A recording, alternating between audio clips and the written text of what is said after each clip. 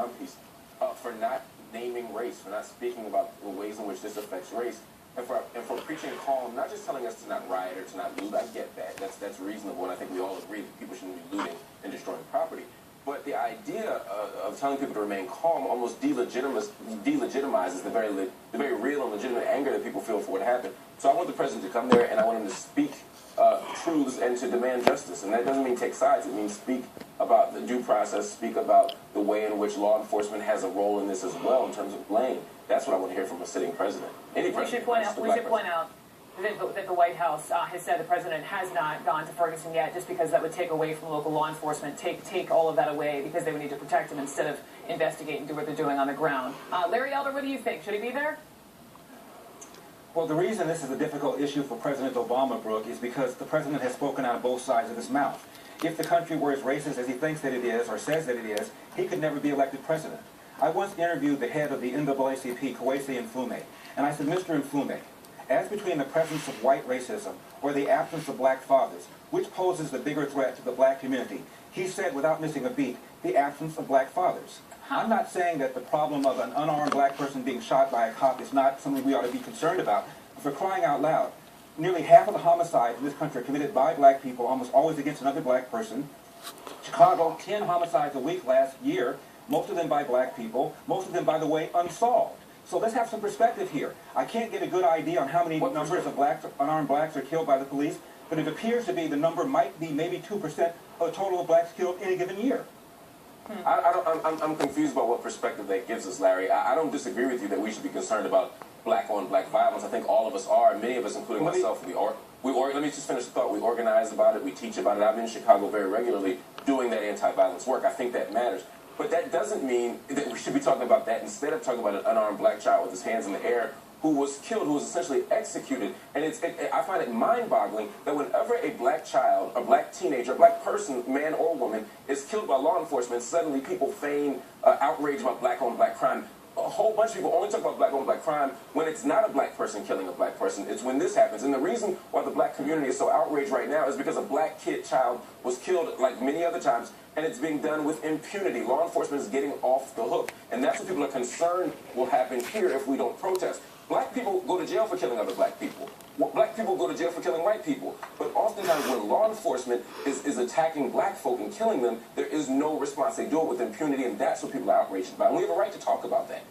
Let me just jump in, because I hear Larry's point. I know, Mark, you agreed with him talking about black fathers and the absence of black fathers and all these different issues culturally that are important to discuss. But when it comes to the president, let me just bring it back to your op-ed, Mark, and Larry, I want you to weigh in. You know, if the president should talk more overtly about race, what should he say?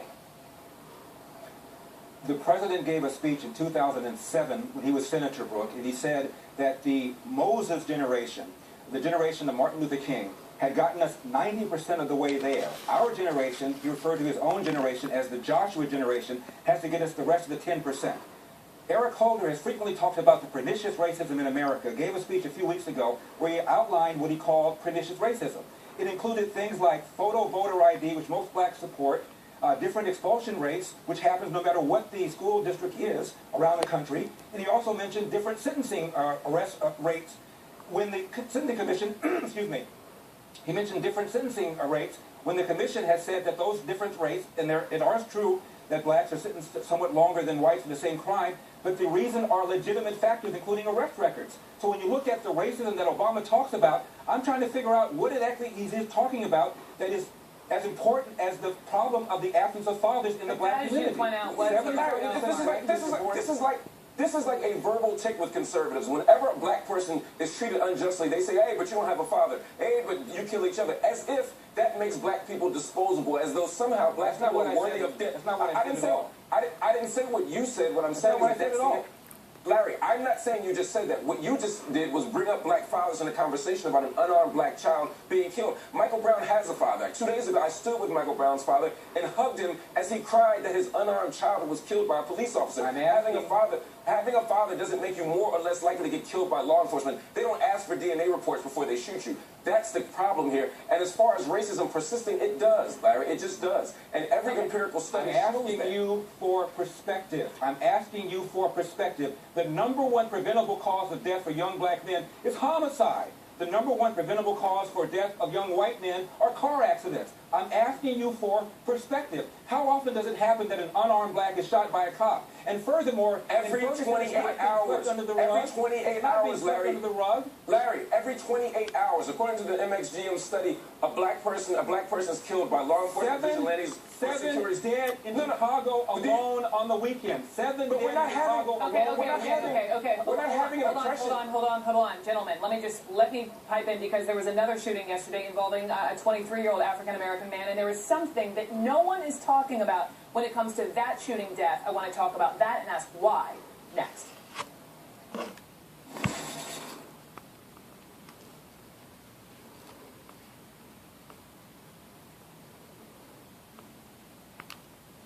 Weather team.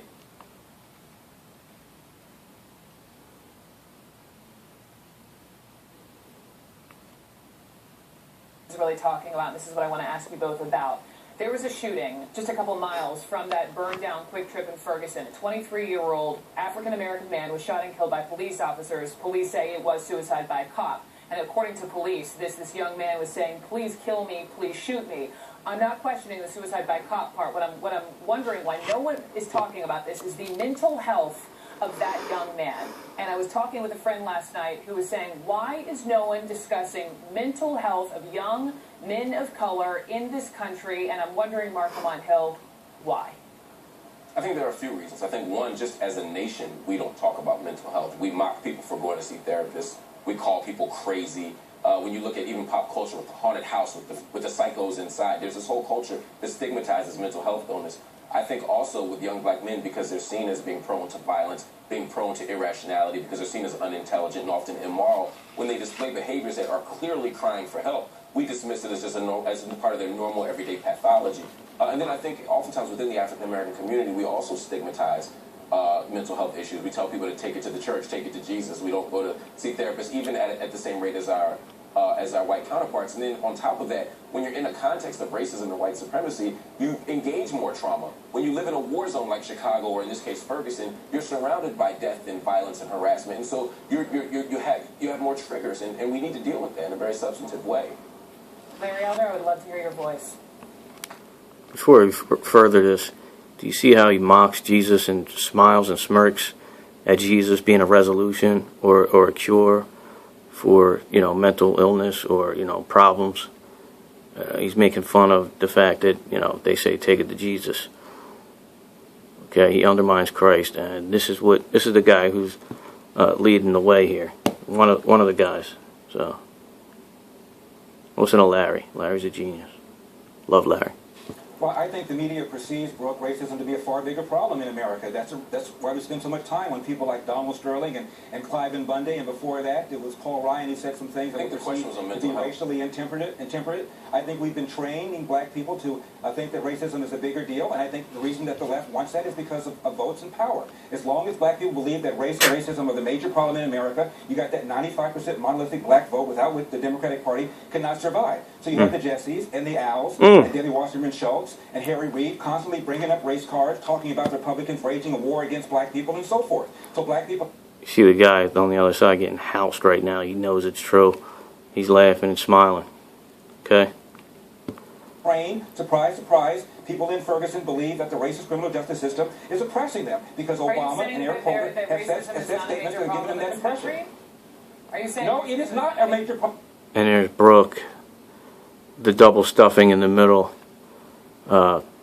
Satan advocate, always. Of course, that's her job. In this country. No, it is not. My father was a janitor. He was born in the Jim Crow South. Fast forward, my father in his late 40s started a small business, got a little bit of property. This is what happens in America. Raised 3 boys, educated them. We have a thriving black middle class. If black America were a country, Brooke, it would be the 15th wealthiest country in the world. For crying out loud, this is not your grandfather's America. Wow. We ought not act like it is. Yeah, but like, I don't. There's two things. One, I think your earpiece could be broken because the question was on mental health, and you once again go back to the pathologies of the black community. That's stunning to me. But why do you have to insult me all the time?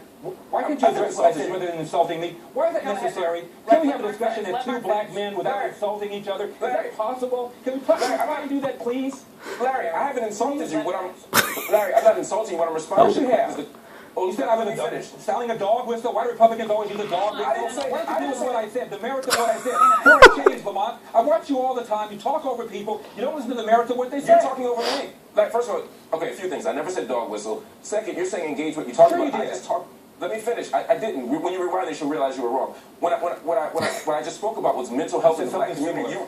What I just spoke about was mental health in the black community, and you responded by talking about black people and believing that racism still exists. You totally didn't acknowledge my question or respond to my comment. So let's kind of I want us to have perspective and talk about what's important, but you won't do that. Oh no! Well, you don't get to decide what's important. You don't, we all have opinions here. I made a comment. I wanted you to respond to it, but I'll respond to your comment. You think the problem of unarmed black people is a major problem in America, and I don't. Okay, so well, let me tell you what I think now that you've spoken. There are two issues here. You mentioned black-on-black crime. You say that that's a problem. I agree with you that it's a problem. It's a huge problem. A massive problem. Larry, I agree with you. One voice, gentlemen. One voice. Mark. I agree with Larry Elder that black violence is an issue. I absolutely agree with him. So let's not argue about what we both agree on. I agree. But if this study bears out, and it does, that at least that every 28 hours an unarmed black person is killed, then that also is a problem. Is it as big a problem as other less than 2% of the total, Lamont. Less than 2% of the total. 7,000 black people killed every year. Less than 2% are killed by police officers in an unarmed way. So why don't we talk about the 98%? And many of these murders in Chicago are unsolved. At least we know what happened in the Michael Brown case. What? Okay, so let's talk about that. First of all, we do talk about what happened in Chicago. CNN did a whole special in Chicago. We talk about Chicago violence every week. I write about Chicago. I'm physically in Chicago. What are we doing about it?